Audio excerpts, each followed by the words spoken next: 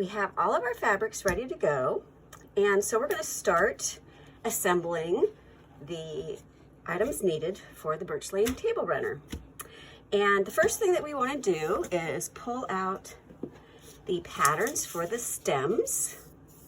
And if you'll notice on the directions, it says, please continue the lines to the edge of the paper, because we want it to go all the way to the edge. My printer wouldn't do that, and most printers won't do that. So if you printed this off as a PDF, your printer probably didn't do that, but that's easy enough to do. And then we're going to trace these onto some fusible web. This is the paper side I'm drawing on, and I might move them around just so that I don't waste any of the fusible web. So I'll start doing that.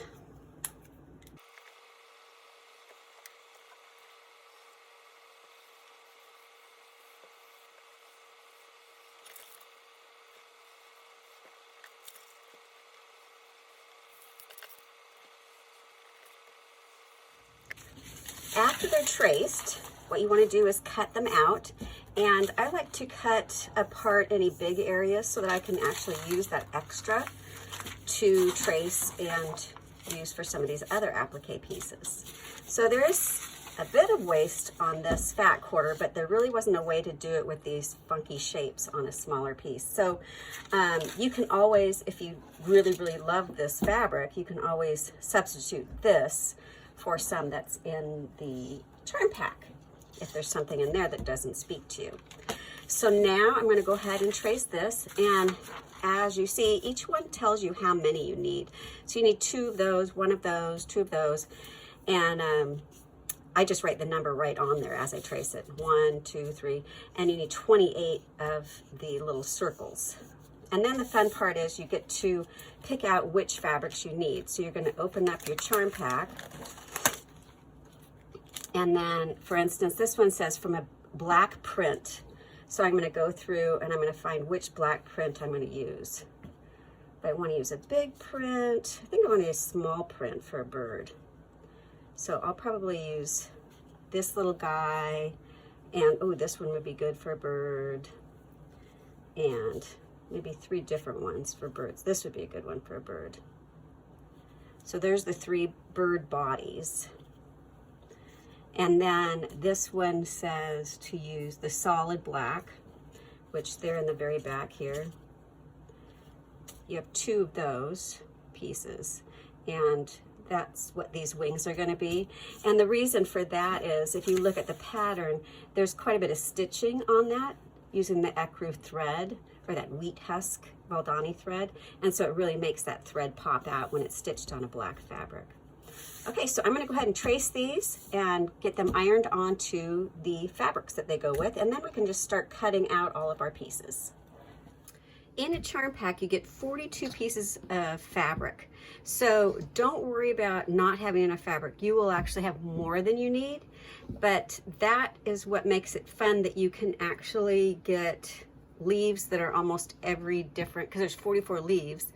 So you can get almost every leaf out of a different fabric for your thing if you want to. I doubled up some on mine. And another thing I wanted to point out before you start is it's kind of fun too to fussy cut. So if you can see here, I fussy cut one of the cherries. It's going to have this little flower in the front. So you don't have to do that, but it's kind of fun to do. So I went ahead and doubled up quite a few of mine. But you can still see I still have plenty of fabric, so I could have chosen some other ones to use too. So don't be skimpy on it. Go ahead and spread the pieces around. So I would say in the whole layout, the stems are the thing that's going to probably take the longest. You need to kind of maneuver them where you want. They're really, since they're thin, they're going to maneuver however you want them to go. I mean, you can really pretty much bend them to your will. So I'm starting off with the directions that say, oh, before I forget, make sure you serge the ends, because this does fray pretty easily. So you're cutting it to 60 inches and then just zigzag the ends or something to keep it from fraying. Okay, then you're going to measure 10 inches over from the left, and we're going to put the B. This is B branch. This is a G branch. The next one we're going to add is this little E segment right there. So this is an E. I've pulled the back off, and I'm just going to continue on with that stitch, or with that branch, like that. And then the next one is going to be 25 inches over. I like to use a Pilot friction pen if I need to mark things, but I want to be able to iron it and make it disappear. So there's 24 inches, so there's 25 inches. Okay, so that's where the next one is going to be. Let me scoot this down a little bit. Okay, so at 25 inches, I'm going to put another B branch. So I find my B branch, that's an A. Here's the B. And I would place these all down prior to ironing, just so that you can make adjustments if you need to. So B, we're going to do the same thing. And you want the, that's so satisfying pulling that off. You want the ends of the branches to meet up with the stripe. If it goes a little over the stripe, that's okay. Just cut it off so that they meet up. So, you know, this one could go up higher, it could go down lower. If it's up higher, I just cut it off. Oops, we don't want that, because once they flip over on themselves, there we go. Sometimes they really stick together. Oh, I forgot D over here. There's a D. It's kind of like a puzzle. I like this. Okay, so here's a D. Let's finish this guy up.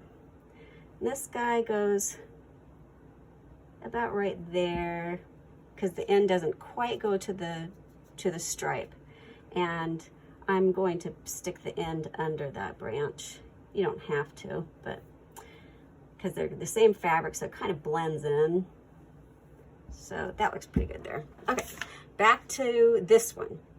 So this little guy goes like that, and same, now I'm gonna do a G. Over here we did, a D. Over here we did a G, now I'm gonna do a D. So I find another D. It's F, D, here's a D.